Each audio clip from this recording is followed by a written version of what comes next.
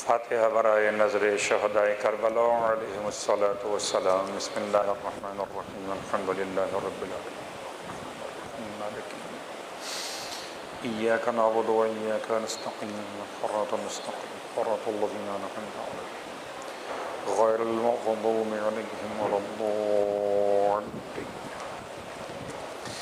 سورہ فاتحہ کی التماس آپ کی خدمت میں مرحوم رضا ابن محمد، والد محترم مولانا محمد حسین رئیسی خطیب محفل مرتضیٰ اور تمام اہل ایمان کو یاد فرماتے ہوئے ارشاد فرما دیجیے۔ بسم اللہ الرحمن الرحیم، الحمد للہ رب العالمین۔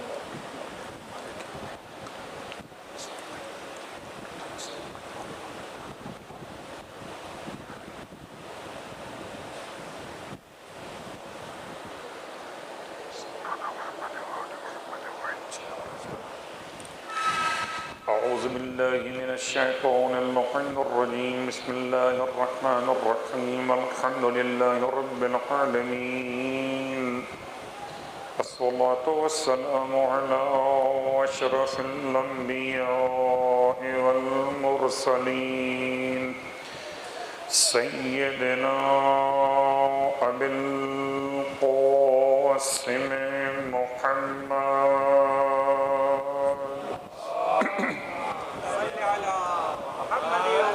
وعلى أهل بيته الطيبين الطاهرين واللعنة الدائمة على أعدائهم أجمعين، أما بعد، فقد قال الله تبارك وتعالى في كلامه الحميد وفرقانه المجيد قوله الحق وهو أصدق القائلين، بسم الله الرحمن الرحيم، ولا تزر وازرة وزر أخرى وإن تدع مثقلة إلى حملها لا يحمل منه شيء ولو كان ذا قربى، وإنما تنذر الذين يخشون ربهم بالغيب وأقاموا الصلاة، ومن تزكى فإنما يتزكى لنفسه وإلى الله المصير۔ صلوات پڑھیں محمد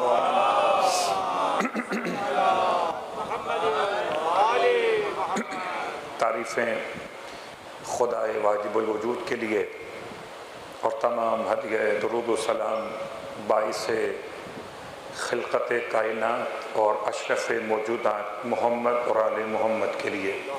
الحمدللہ الذی جعلنا من المتمسکین بالقرآن العظیم واجعلنا من المتمسکین بولایت علی ابن ابی طالب علیہ السلام۔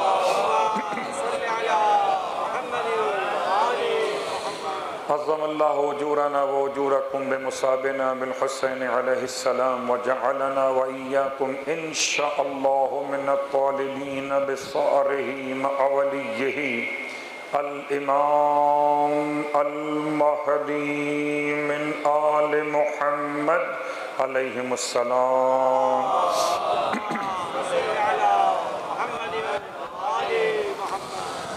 اما بعد، شکر خداوند تبارک و تعالی کہ فرش عزائے سرکار سید الشہداء پر شب جمعۃ المبارک محرم الحرام کی 3 تاریخ اس یقین کے ساتھ حاضر خدمت ہوئے کہ خدا نے 1442 کے بعد 1443 بھی نصیب کیا، کاش کہ یہی سال ظہور امام زمان کا سال پر آ پائے۔ شب جمعہ شب دعا ہے، شب مغفرت، شب قبولیت توبہ اور تمام تر اہل زمان کے اعمال امام زمان کی بارگاہ میں پیش کیے جانے کی رات ہے۔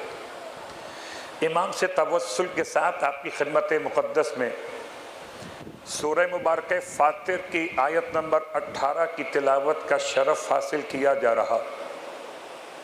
آئیے آج پھر آپ کی خدمت میں اس کے ترجمے سے اپنے عنوان کو اور مستحکم کریں۔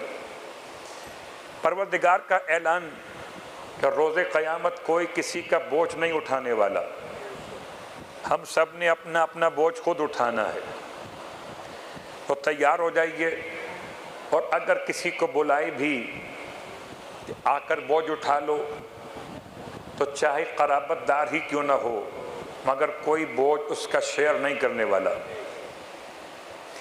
حبیب آپ تو صرف ڈراتے ہیں ان کو کہ جو اپنے رب سے خشیت اختیار کرتے ہیں غیب کے عقیدے کے ساتھ، اور نماز قائم کر لیتے ہیں۔ وَمَن تَزَكَّى فَإِنَّمَا يَتَزَكَّى لِنَفْسِهِ، اور جس نے بھی تزکیہ نفس کی سعادت کو حاصل کیا، فَإِنَّمَا، پس صرف اور صرف اس نے اپنے ہی نفس کو پاک اور پاکیزہ کیا۔ یقیناً پروردگار نے آخر آیت میں فرمایا اِلَى اللَّهِ الْمَصِيرُ، سب نے لوٹ کر اللہ کی طرف جانا ہے۔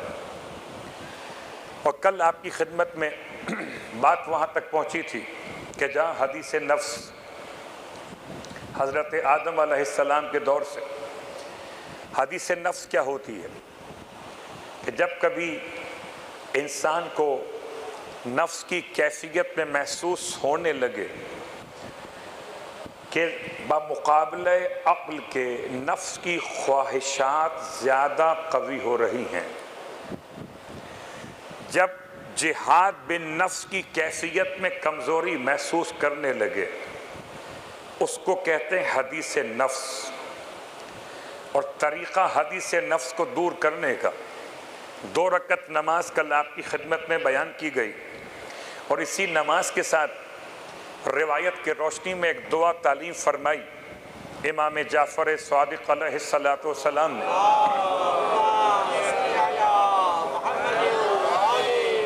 فرماتے ہیں پڑھو بسم اللہ وباللہ ومحمد الرسول اللہ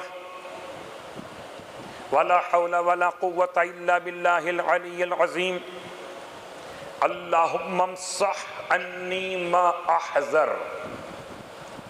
کہو اللہ کے نام سے، اللہ سے، محمد اللہ کے رسول سے، کوئی ہمت اور طاقت نہیں سوائے اس کے جو اللہ کی بارگاہ سے بھی ہے۔ اے خدا تو مجھے محفوظ فرما اس سے جس سے مجھے خوف آتا ہے۔ نفس کی کیفیت کیا ہے، نفس کی طاقت کیا ہے؟ نفس کی طاقت سمجھ میں آئے تو فرعون سمجھ میں آئے، نفس کی طاقت سمجھ میں آئے تو نمرود سمجھ میں آئے، نفس کی طاقت سمجھ میں آئے تو شداد سمجھ میں آئے، نفس کی طاقت سمجھ میں آئے تو یزید اور یزید کے آباء و اجداد سمجھ میں آئے، اور اگر نفس سے مطمئنہ کی طاقت سمجھ میں آئے تو ابراہیم سمجھ میں آئے، نفس سے مطمئنہ کی طاقت سمجھ میں آئے تو موسیٰ سمجھ میں آئے، نفس سے مطمئنہ کی طاقت سمجھ میں آئے تو ہود اور صالح سمجھ میں آئے، نفس سے مطمئنہ کی طاقت سمجھ میں آئے تو حسین ابن علی اور آباء و اجداد حسین ابن علی سمجھ میں آئے۔ نفس کی کیفیات پر آپ کی خدمت مقدس میں نفس کے کمال اور نفس کے زوال سے کچھ باتیں بیان کل کر چکا، کچھ باتیں آج آپ کی خدمت میں بیان کرنا مقصود ہیں کہ انسان کے اندر کیفیت طاری رہتی ہے، جب تک زندہ ہے تب تک کیفیت رہے گی، حد تو یہ ہے کہ کربلا جا کر بھی رہے گی، مکہ المکرمہ آ کر بھی رہے گی، مسجد و امام بارگاہ میں بیٹھ کر بھی رہے گی، سوائے اس کے کہ کسی نے اپنے نفس کا خود علاج کر لیا ہو۔ نفس کی بیماری کیا ہے، اس کا علاج کیسے ہوتا ہے؟ تو بڑے آسان سے مسائل ہو سکتے ہیں اگر خدا کی مدد حاصل ہو جائے۔ اور میں تو کل بھی اشارہ کر رہا تھا کہ جب کبھی ہم گرتے ہوئے اس بدن کے لیے کہتے ہیں یا علی مدد، تو کبھی کیوں نہیں کہتے نفس کی خطاؤں سے بچنے کے لیے یا علی مدد؟ کیا وہ میرا مولا صرف بدن کو ہی سنبھال سکتا ہے؟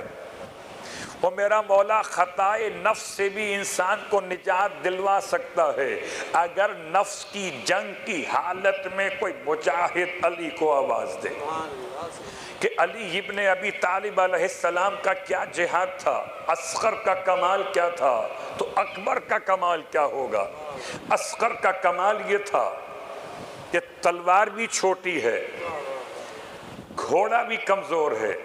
کسی نے اعتراض کر دیا یا علی، مجاہد کی پہچان تو بڑی تلوار ہوتی ہے، مجاہد کی پہچان تو توانا گھوڑا ہوا کرتی ہے، آپ کی تلوار بھی چھوٹی ہے، آپ کا گھوڑا بھی کمزور ہے۔ امام نے مسکرا کے ارشاد فرمایا تلوار بڑی وہ رکھے جسے دشمن کے قریب جاتے ہوئے ڈر لگتا ہو۔ جب کبھی مجھے تلوار کو بڑا کرنا ہوتا میں 2 قدم آگے بڑھ جاتا ہوں۔ اور گھوڑے کی بات کرتے ہو تو گھوڑا توانا وہ رکھے کہ یا تو جسے کافر کے آگے بھاگنا ہو موت کے خوف سے، یا کافر کے پیچھے بھاگنا ہو مال غنیمت کے لالچ میں، تو علی کا اس سے کوئی تعلق نہیں ہے۔ تو گھوڑے کی توانائی کہیں اور دیکھیے، تلوار کی لمبائی کہیں اور ناپیے۔ یہ علی ابن ابی طالب میں جو قتال نہیں کرتے تھے، جہاد کرتے تھے۔ قتال برائے خوشنودی مولا کائنات بلند تر صلوات اللہم صلی اللہ محمد۔ یاد رکھیں قتال دہشت گردی ہے، جہاد دہشت گردی کا علاج ہے۔ اب دنیا نے ذرا اجتماع کر لیا، قتال کو بھی جہاد کہنے لگے، تو جہاد کو کیا کہیں گے؟ تو غور کیجئے، مولا کائنات کے جہاد اصغر کی فضائل تو آپ نے سنے ہیں، خالی اشارہ مکمل کر رہا ہوں۔ میرا مولا ہر جنگ میں فتح یاب ہوا، اور اپنے نفس کے ساتھ بھی مولا نے میرے اور آپ کے لیے پیغام دیا۔ یاد رکھیے معصوم حجت خدا ہیں، اپنے اوپر قیاس کرنا شرعاً جائز نہیں ہے۔ غلام غلام ہے، امام امام ہے، البتہ امام سکھانے کے لیے مجھے اور آپ کو بتا کے جا رہے تھے ایک ہی وقت ہے، میدان جنگ ہے، جہاد اصغر بھی ہو رہا ہے، جہاد اکبر بھی ہو رہا ہے۔ آپ کافر کے سینے پہ سوار ہوئے، سر کاٹنا جہاد اصغر ہے، اور اسی وقت میں آپ نے سمجھایا مومن کو، دیکھو میں تمہیں سمجھا رہا ہوں، کبھی کامیابی جہاد اصغر کے نشے میں بھی نہ بھول جانا اپنے نفس کو، کبھی نماز شب کے خلوص کے ساتھ بھی نہ بھول جانا اپنے نفس کی جنگ کو۔ عجیب جملہ ہے، اللہ اکبر، پڑھتے ہوئے عجیب لگتا ہے۔ شیخ مرتضی انصاری علیہ الرحمہ کے بارے میں علماء لکھتے ہیں، یا یہ جملہ لکھا میرزا شیرازی کبیر کے بارے میں، دو عظیم شخصیات، یا میرزا شیرازی کبیر یا شیخ مرتضی انصاری علیہ الرحمہ، یہ دونوں شخصیات کی خاص بات کیا تھی؟ اپنے مرنے سے پہلے وصیت لکھی کہ میری ساری عمر بھر کی نمازیں دوبارہ قضا پڑھوائی جائیں۔ جہاد بن نفس موضوع ایسا دیا گیا تزکیہ نفس کے اعتبار سے، تو بظاہر تو ایسا لگتا ہے کہ آسان سی بات ہے، نہیں آسان نہیں ہے، اور آپ کو اندازہ ہونا چاہیے کہ میں خود بیان کرتے ہوئے مسلسل جہاد کر رہا ہوں، آپ کی خدمت میں بیان کر رہا ہوں، اور خدا کی بارگاہ میں جہاد کر رہا ہوں، اس لیے کہ یہ نفس میرے ساتھ بھی تو ہے، اگر آپ کے ساتھ ہے تو عجیب کیفیت ہے۔ اتنی بڑی شخصیات، نمازیں قضا نہیں تھیں، نمازیں قضا نہیں تھیں، ساری نمازیں ادا تھیں۔ جب کسی نے ڈرتے ڈرتے پوچھ لیا کہ قبلہ اور کعبہ ایک عظیم شخصیت، یہ آپ کیا لکھوا رہے ہیں کہ میری عمر بھر کی نمازیں دوبارہ پڑھوا دینا، تو کیا آپ بتانا پسند کریں گے کہ آپ کی نمازیں کیا قضا ہو گئی تھیں، کیا کسی نماز میں کوئی نسیان واقع ہو گیا تھا؟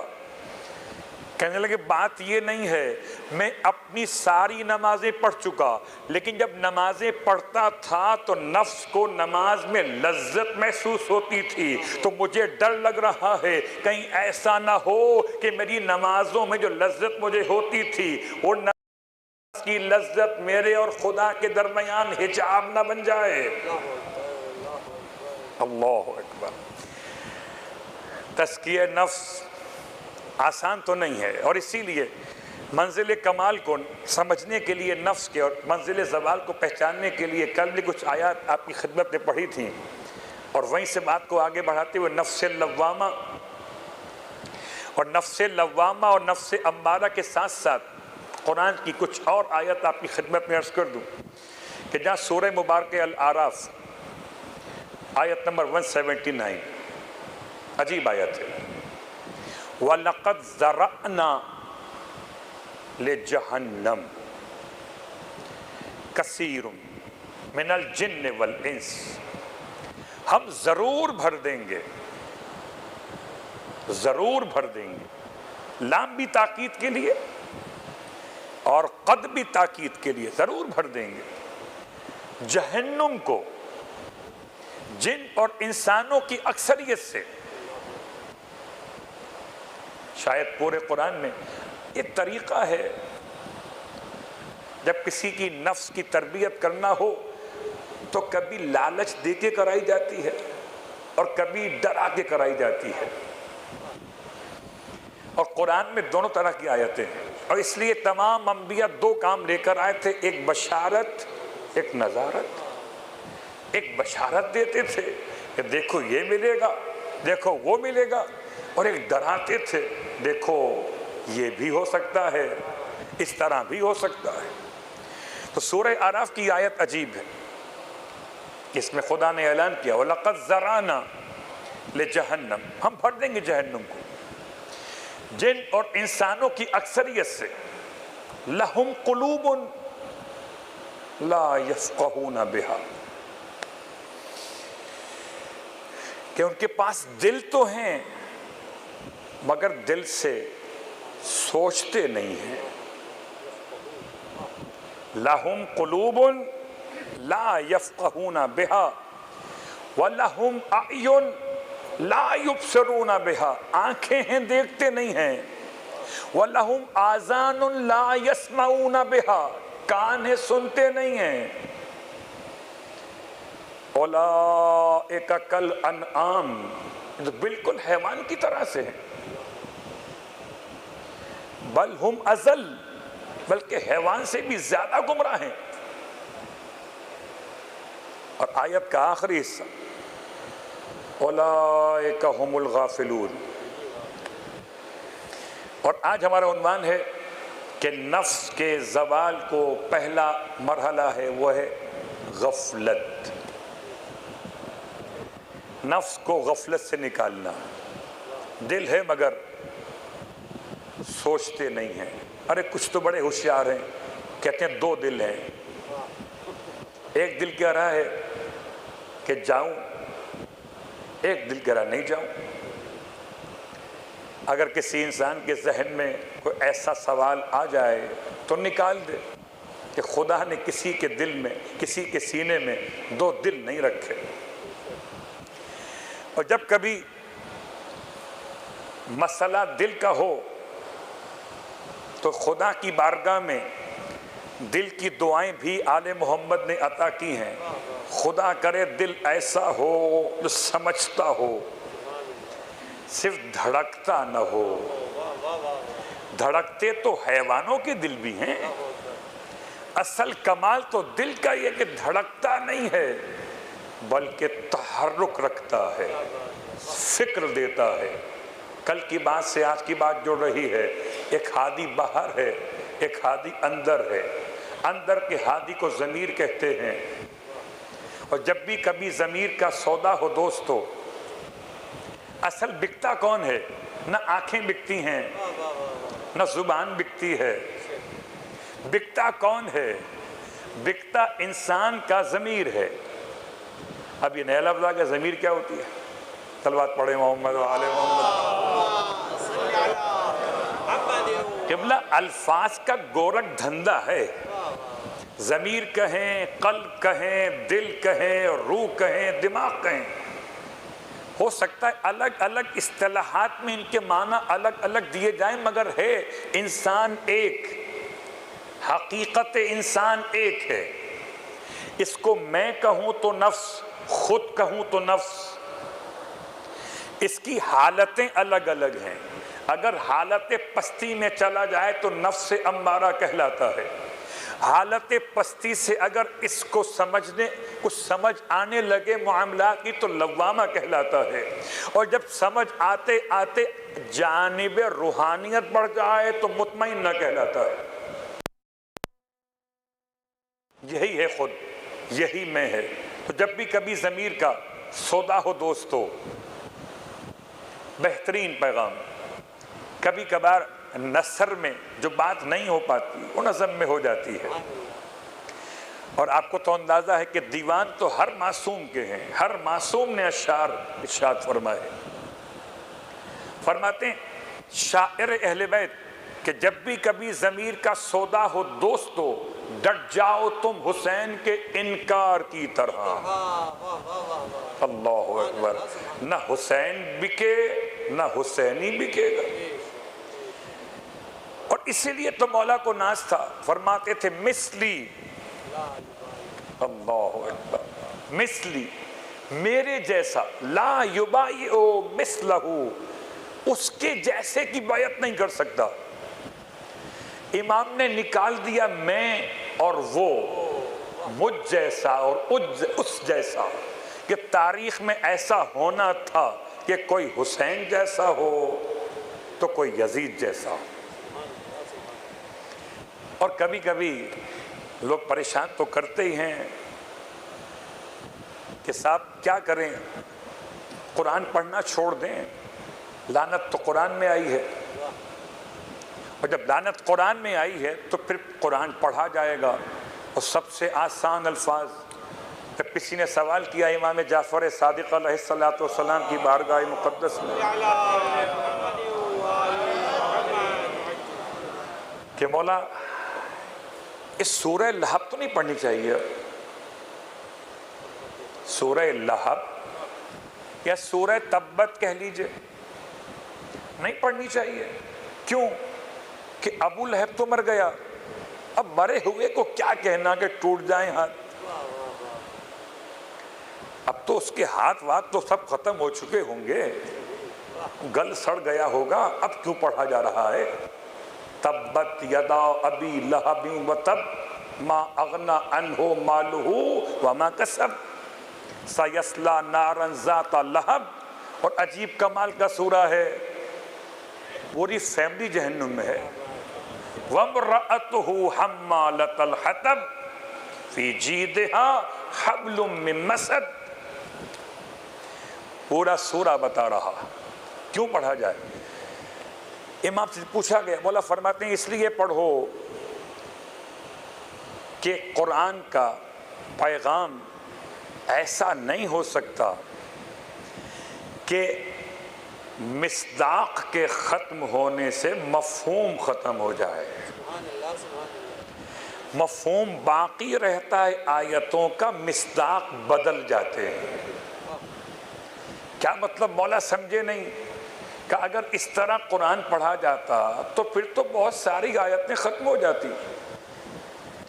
یاد رکھو ہر زمانے میں کوئی ابو لہب رہے گا، اس کے لیے یہ سورہ پڑھا جاتا رہے گا۔ تو اسی انداز سے ہر زمانے کے اعتبار سے انسان کی ذمہ داری کہ جو سرکار سید الشہداء کا ماننے والا، اس کا ضمیر، اس کا نفس اتنا قیمتی ہو۔ فرماتے ہیں مولا کائنات علی ابن ابی طالب علیہ السلام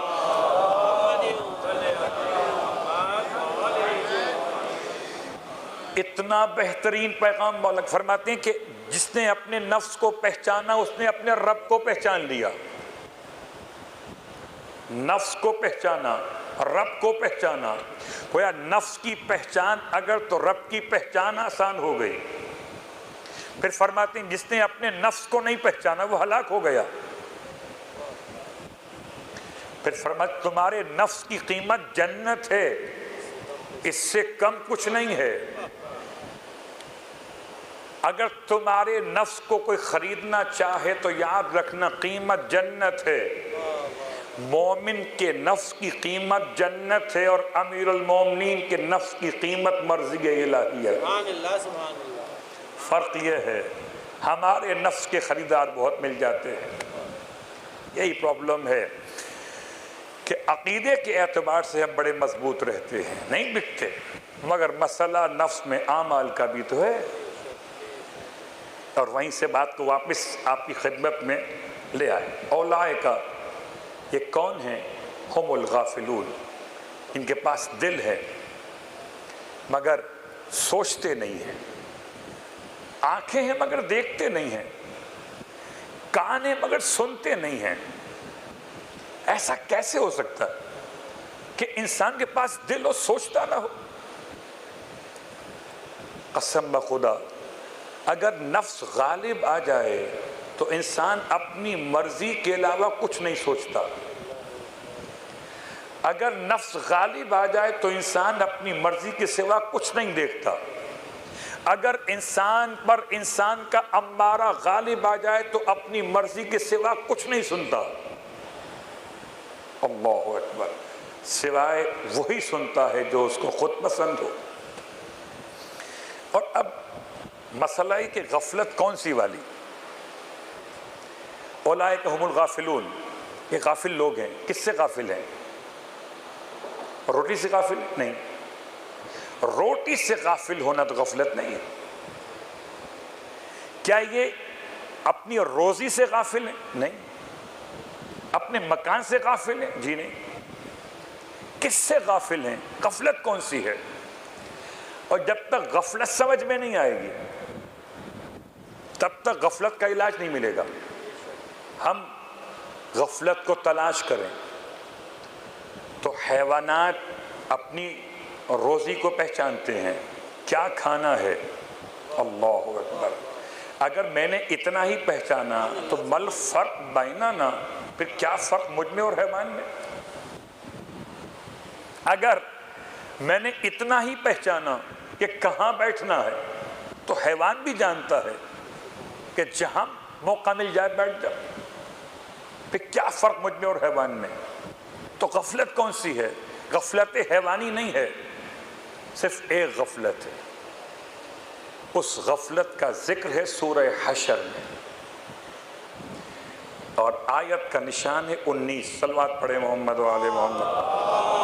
صلی علی محمد و آل محمد۔ اس غفلت کا ذکر سورہ حشر میں، آیت نمبر 19۔ ترجمہ کیا؟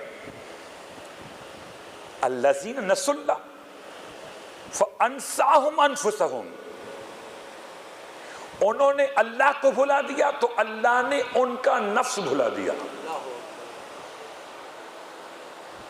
جس نے اللہ کو بھلا دیا اللہ نے اس کو اس کا اپنا آپ بھلا دیا، اور اگر اپنا آپ بھول گئے تو رب نہیں موت سکتے۔ اسی لیے غفلت کا علاج ہے ذکر خدا۔ اللہ بذکر اللہ تطمئن القلوب۔ غفلت کا علاج کیا ہے؟ قرب خدا۔ اسی لیے ہر عبادت کی نیت میں بنیادی مسئلہ یہ بحث نہیں ہے کہ واجب کہوں مستحب کہوں، یہ بحث نہیں ہے ادا کہوں قضا کہوں کچھ نہ کہوں، مگر قربتاً الی اللہ ضرور کہوں۔ اللہ اکبر۔ اور کبھی قربت کے بہت سارے مسائل، اگر میں قربت میں داخل ہو گیا تو پھر ہو سکتا ہے بات بہت طولانی ہو جائے۔ مثال بڑی آسان سی، قربت زمانی ہے، قربت مکانی ہے، قربت اعتباری ہے۔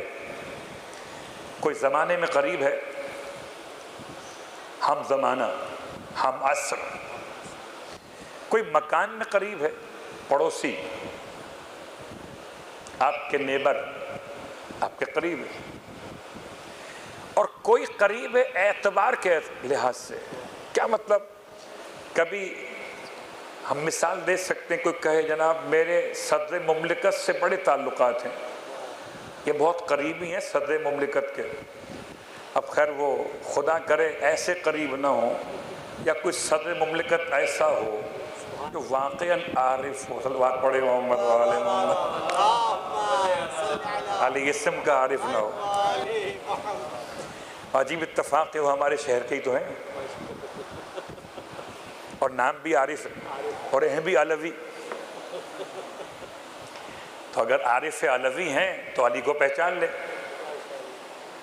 اور جب علی کو پہچان لیں گے تو شاید واقعی عارف ہو جائیں.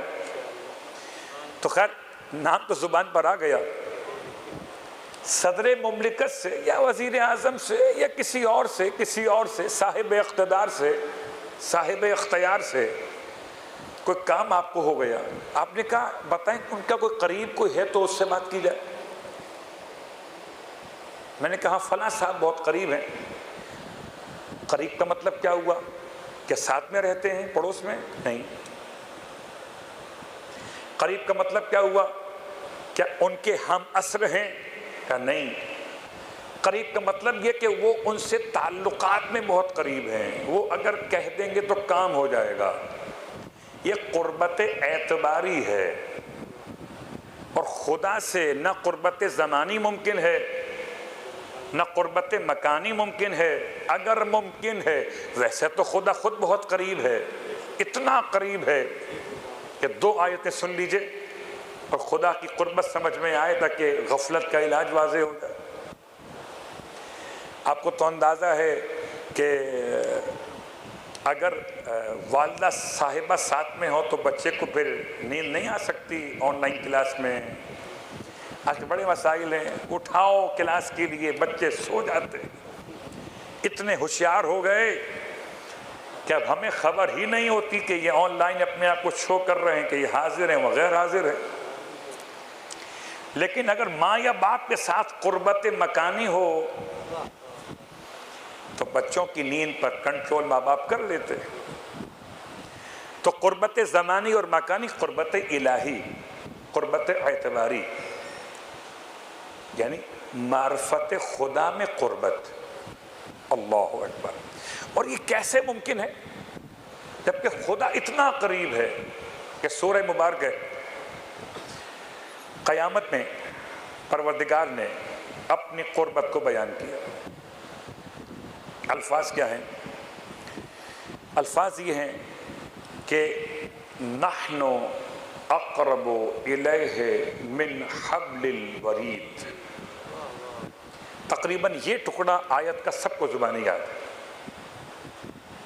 ورنہ اس سے پہلے بھی آیت موجود, اس کے بعد بھی آیت موجود. نحن اقرب الیہ منکم ولکن لا تبصرون, ایک آیت وہ. ان دونوں آیتوں میں خدا نے لفظ اقرب کو استعمال کیا. میں قریب ترین ہوں. کتنا قریب ترین؟ نحن اقرب الیہ من حبل الورید, ان 4 رگوں سے بھی زیادہ قریب ہوں. یہ سمجھانے کے لیے ہے. ورید کہتے ہیں رگوں کو, حبل کہتے ہیں رسی کو.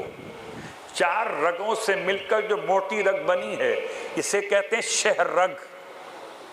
خدا اس سے بھی زیادہ قریب ہے. جب بات سمجھ میں نہیں آئی تو امام موسی کاظم علیہ السلام سے پوچھا گیا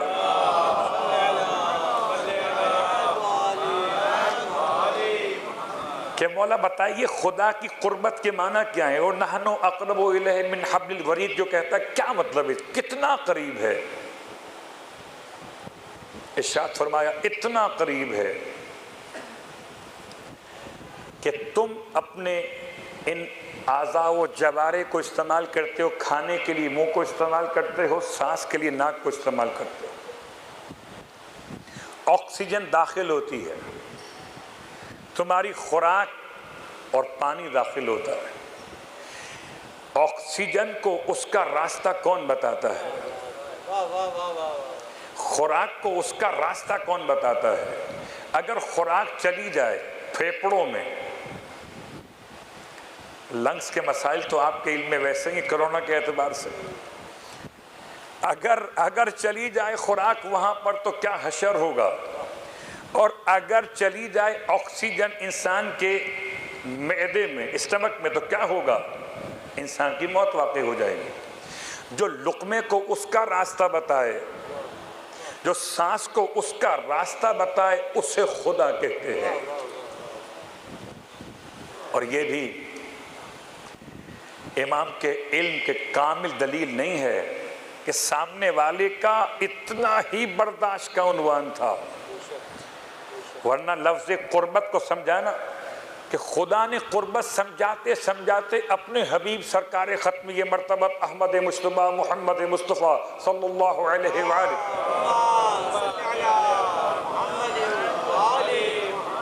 اتنا قریب ہوا، دنا فتدلّ فکان قاب قوسین او ادنا، قاب قوسین او ادنا، دو کمانیں ملی ہوئی، اس کے برابر کا فاصلہ، او ادنا، اور اس سے بھی کم کہہ کر پھر رستہ گم کر دیا۔ کتنا کم،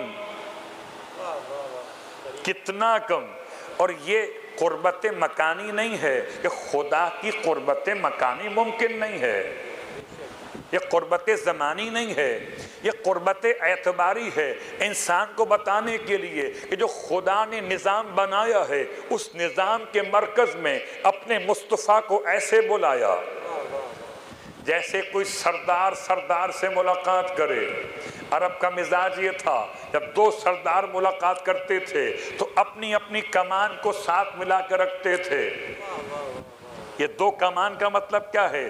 دو کمان کا مطلب دو کمان نہیں ہے بلکہ اتحاد ربوبیت اور رسالت ہے۔ صلوات پڑھے محمد وآل محمد صلی علی محمد وآل محمد۔ اتحاد، آج کی حد تک بات روک رہا ہوں، باقی باتیں انشاءاللہ کل۔ اور چونکہ جب قربت الہیہ میں کوئی تلاش میں آگے بڑھے تو خدا والوں کو تلاش کرتا ہے، کون خدا سے قریب ہے، اور خدا سے قریب تلاش کرتے کرتے حر نفس کے مارے ہوں سے دور ہو گیا۔ اور اب آیت سمجھ میں آ جائے گی کہ پوری اس رات میں آواز بچوں کی سب سن رہے تھے یا بہرے تھے؟ آیت کہتی ہے دل ہے مگر سوچتے نہیں ہیں، کان ہے مگر سنتے نہیں ہیں، آنکھیں ہیں مگر دیکھتے نہیں ہیں۔ یہ حر کے تینوں اعضاء پر کیا خدا نے لطف و کرم کیا کہ دل سوچنے لگا حسین کے بارے میں، کان سننے لگے چھوٹے چھوٹے بچوں کی آواز، آنکھیں منتظر ہوئیں زیارت حسین کے لیے۔ اللہ اکبر۔ پوری تاریخ حر کی پڑھنا تو ایک مکمل الگ سے مجلس ہے، اور شاید ایک مجلس میں مکمل بھی نہ ہو۔ حر ابن یزید الریاحی، قبیلہ بنی تمیم کی شاخ بنی الریاح سے اس کا تعلق تھا، اور یہ ایسا شخص کہ فارس یعنی مرد میدان 1000 سپاہیوں کا یا 3000 سپاہیوں کا کمانڈر، بعض لکھتے ہیں مورخین کہ یہ لشکر یزید میں سیکنڈ کمانڈ رکھتا تھا۔ دیکھیں کوئی عام سپاہی کانسٹیبل اگر اپنی فوج چھوڑ کر حسین کے پاس جائے تو کیا گیا؟ ایک پھول والا، 2 پھول والے، غور کیجئے گا، یہ کمانڈ کرنے والا ویلیو ہے۔ جب کسی فوج کا کوئی جرنیل اپنی فوج کو چھوڑ کر مخالف سے جا ملے تو بہت بڑی بات ہوتی ہے، اتنا آسان نہیں ہے۔ اور کبھی اگر موقع ملے تو زیارت جناب حر، ان ایام میں جن کے مصائب پڑھے جا رہے ہیں، اگر آپ کو موقع ملے تو ان کی زیارتیں پڑھ لیا کیجئے۔ جس نے بیعت من نکسا بیعت یزید، جس نے یزید کی بیعت کو توڑا، یہ جملے ہیں زیارت نامہ حر کے اندر۔ سلام ہو حر تجھ پر کہ تو نے یزید کی بیعت کو توڑا اور شیطان کی اطاعت کو چھوڑا، رحمان کی اطاعت میں آیا اور حسین کی بیعت میں آ گیا، ناصر حسین بنا۔ اللہ اکبر، ایسا ممکن نہیں ہے کوئی یزید کی بیعت توڑے بغیر حسین کی بیعت کر لے۔ یہ اور رات بھر بیتاب ہے، ٹھنڈا پانی ہے خیمے کے اندر، لشکر یزید کے لیے بڑے کھانے تیار ہو رہے تھے، کھانا ہی پہنچا ہوا ہے، مگر ہر نہ کھانا کھاتا ہے نہ پانی پیتا ہے، اپنے خیمے میں ٹہل رہا ہے۔ ہر کے جوان نے باپ کو پریشان دیکھا تو پوچھ لیا، بابا خیریت تو ہے؟ کس بات سے پریشان ہے؟ یہ لشکر تو 72 پیاسے لوگ ہیں، ہمارے پاس ان کے مقابلے میں ہزاروں لوگ موجود ہیں، تو پھر گھبرانے کی بات کیا ہے؟ یعنی ہر کا بیٹا بھی اس منزل پہ نہیں آیا کہ اس کے کانوں میں وہ آواز آ سکے۔ ہر نے متوجہ کیا، بہت غور کیجئے گا، اور جب کوئی کسی نفس کے مغلوب شخص کو متوجہ کرے تو اگر غلبہ نفس معمولی ہو تو گرد ہٹ جاتی ہے۔ ہر نے اپنے جوان سے کہا، بیٹا تیرے کانوں میں بچوں کی آواز نہیں آتی؟ ہم تو پانی پئیں اور زہرا کے بچے، اولاد، ذریت زہرا چھوٹے چھوٹے کوزے ہاتھوں میں لیے ہوئے العطش کی صدا بلند کریں۔ ہر کا جوان کہتا، پھر بابا تو نے سوچا کیا ہے؟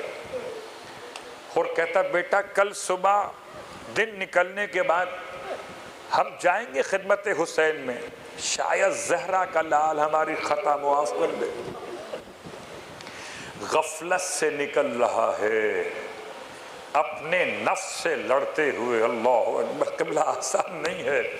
روٹی کو چھوڑ کر بھوک میں جانا، پانی کو چھوڑ کر پیاس میں جانا، راحتوں کو چھوڑ کر سختیوں میں جانا، لشکر کثیر کو چھوڑ کر غربت حسین میں جانا۔ اور کیسے گیا؟ اس طرح گیا جیسے کوئی گناہگار جاتا ہے۔ اپنے بیٹے سے کہتا تھا، میرے ہاتھوں کو رومال سے باندھ، دونوں ہاتھ بندھوا دیے۔ اللہ اکبر، ضمیر کا مجرم ہتھکڑی خرید کے نہیں لاتا، ضمیر کا مجرم تو ہاتھ باندھ کے خود چلا آتا ہے۔ دونوں ہاتھوں کو بندھوا دیا۔ اس کے بعد اتنی شرمندگی ہے کہ منہ دکھانے قابل نہیں حسین کے سامنے، اپنی ابا کے دامن کو کھینچ کے اپنے منہ پہ ڈال دیا۔ اب بیٹا ہاتھ پکڑے ہوئے، کہتے ہیں بھائی بھی ساتھ ہے، غلام بھی ساتھ ہے، ہائے بیٹا بھی ساتھ ہے۔ بیٹے نے باپ کا ہاتھ تھام لیا، جانب حسین بڑھنے لگے۔ لشکر نے روکا، کبھی تلوار کے خوف سے روکا، کبھی تلوار کا خوف دلا کر روکنا چاہا، کبھی مال کی محبت سے روکنا چاہا۔ سلام ہو اس آزاد طبیعت حر پر جس کے پاؤں میں کوئی رکاوٹ نہ ڈال سکا، نہ مال دنیا نہ موت کا خوف، جانب حسین بڑھنے لگا۔ یہ سمجھیے حسین کی مقناطیسیت نے اس طرح سے حر کو جکڑا ہوا تھا کہ کوئی رکاوٹ حر کا راستہ نہ روک سکی۔ ادھر حر آگے بڑھا، ادھر مولا عباس خدمت حسین میں پہنچے۔ فرماتے تھے آقا لشکر مخالف کی جانب سے دھول مٹی اڑ رہی ہے، ایسا لگتا ہے کوئی ہماری جانب آنا چاہتا ہے۔ ہائے امام فرماتے ہیں بھیا چلو ہمارا مہمان آ رہا ہے۔ حسین نے مہمان کہہ دیا، عباس بھی چلے، علی اکبر بھی چلے۔ اور جیسے ہی حر کے جوان نے، اس کی تو آنکھوں پر پردہ نہیں ہے نا، اس لیے باپ سے کہتا ہے بابا اللہ اکبر۔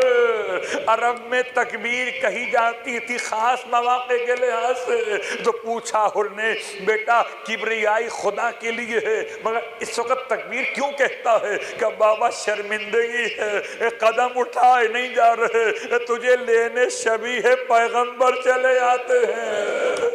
آئے ہر کیا مقدر پایا. ہر کہتا تھا بیٹا اور آگے لے کے چل اور آگے بڑھے. پھر جوان کہتا بابا اللہ اکبر. ہر نے پوچھا بیٹا اب تکبیر کیوں کہتے ہو؟ کہ بابا تجھے لینے قمر بنی ہاشم چلے آتے ہیں. بابا کس طرح سے سامنا کریں گے؟ کہ بیٹا اور آگے چلو امام تک چلو. 2 قدم اور آگے بڑھے. ہر کا جوان کہتا ہے بابا اللہ اکبر اللہ اکبر. جب 2 بار تکبیر کہی تو ہر نے پوچھا بیٹا اب کیا ہو گیا؟ تصور نہیں تھا کہ کوئی ہمیں لینے آئے گا. یہ تو ہر نے سوچا بھی نہ تھا کہ مجھے لینے عباس آئیں گے, مجھے لینے علی اکبر آئیں گے. اب ہر کا جوان کہتا ہے بابا اب تو قدموں میں بالکل طاقت نہ رہی کہ زہرا کا لال ذوالجناح سے اتر گیا تجھے لینے کے لیے. اور کہتا ہے بیٹا امام کے قدم کہاں پڑ رہے ہیں؟ ذرا مجھے دکھا دے, مجھے پہنچا دے, میں اپنے آپ کو گرا دوں گا. اور یہ کہہ کر گرایا کہ زہرا کے لال کیا میری خطا معاف ہو سکتی ہے؟ امام نے یہ کہہ کر اٹھایا اور بھائی تجھے میں نے معاف کیا, اور جسے حسین معاف کرے اسے زہرا معاف کرے, جسے زہرا معاف کرے اسے مصطفیٰ معاف کرے. میرا پروردگار تجھ سے راضی ہو گیا. امام نے سینے سے لگا لیا. رونے والوں ہر کے ہاتھ بندھے ہوئے ہیں. امام فرماتے ہیں یہ ہاتھ کیوں باندھ کے آیا ہے؟ کہتا انہی ہاتھوں نے گستاخی کی تھی. امام نے بندھے ہوئے ہاتھ دست امامت سے کھولنا شروع کیے. آزادی حسین نے عطا کر دی, ہر کو ہر حسین نے بنا دیا. پھر کہتے تھے مولا ہر تو میرا مہمان ہو گیا, اب بتا تیری تواضع میں کیا پیش کروں؟ خیموں میں ایک قطرہ بھی پانی موجود نہیں ہے. اور رونے لگا مولا سب میری وجہ سے ہوا. امام فرماتے ہیں اور ایسی باتوں کو بیان نہ کر چھوڑ دے, اب یہ بتا کیا تواضع کروں؟ ہر نے جھولی پھیلا دی. رونے والوں حسین سے بیٹا مانگنا آسان ہے, حسین پہ بیٹا قربان کرنا آسان نہیں ہے. یہ توبہ گزار اطاعت گزار بن رہا ہے. ہاں دامن پھیلا کے کہنے لگا آقا میری تواضع کرنا چاہتے ہیں, میرے جوان بیٹے کو اپنے اوپر سے صدقہ اتار کے قربان کر دیجئے. امام نے ہر کو سینے سے لگا لیا. ارے ہر تو میرا مہمان ہے, اور مہمان کے جوان بیٹے کو مرنے کے لیے نہیں بھیجا جاتا. اور کہتا ہے مولا میری آرزو یہی ہے, میری تواضع ہو جائے گی. ایک کریم ابن کریم نے ہر کی بھی تمنا پوری فرمائی ہے. ہر کا جوان مقتل میں پہنچا, بس 2 جملے, بڑا جہاد کیا لیکن آئے باغی کہہ کر اسے مارتے تھے. ہمارے درمیان سے نکل کے گیا ہے نا. یہ لشکر یزید کے لوگ اتنا مارتے تھے کہ جب زخموں سے چور ہو کے گرنے لگا آواز دی السلام علیکہ یا ابا عبداللہ, مولا مہمان کا سلام. بابا سے کہا بابا جلدی سے آ کہ سر کاٹنے کی تیاری ہے. رونے والوں عرب میں سر کاٹنا بڑی ذلت آمیز بات سمجھی جاتی تھی, چھوٹی بات نہیں تھی. اس لیے ہر دوڑنے لگا کہ میرے بیٹے کا سر کاٹنے نہیں دوں گا, میرا بیٹا ہے. جب دوڑتے دوڑتے پہنچا عجیب منظر دیکھا, زہرا کا لال ہر سے پہلے پہنچا ہوا, ہر کے جوان کے سر کو گود میں رکھے ہوئے, اپنی ابا اتار کے ہر کے جوان کے زخموں پہ ڈالے ہوئے. ہر نے ہاتھ جوڑ دیے, مولا میرے بیٹے نے بلایا تو نہیں تھا. امام فرماتے ہیں اور کیسی باتیں کرتے ہو تم میرے مہمان, کیا میں تمہیں جوان کی لاش پہ اکیلے آنے دیتا؟ میں کہوں گا مولا اور آپ کا مہمان تھا, آپ بھی تو کسی کے مہمان تھے. ارے کوئی اکبر کی لاش پہ حسین سے پہلے آتا, بوڑھا باپ